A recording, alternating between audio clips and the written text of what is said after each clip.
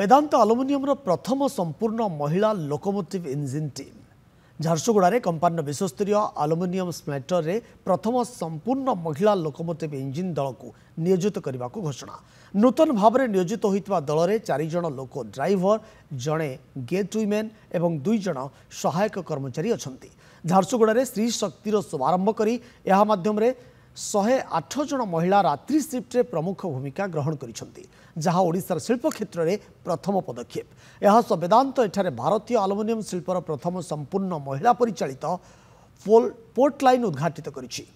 एही port line 3टी पर्यायर कार्यक्षम हेबो, जोंथरे 100 रु अधिक महिला कर्मचारी को आभ्यंतरीण पोस्टिंग माध्यम चयन कराजिबो एवं विशेषज्ञ तालीम नहीं सेमानंकर दक्षता वृद्धि कराजिबो। वेदांत आलुमिनियम सीओओ सुनील गुप्ता कहते आमे धातु खनिज उत्पादन शिल्प में कार्य करने को इच्छुक।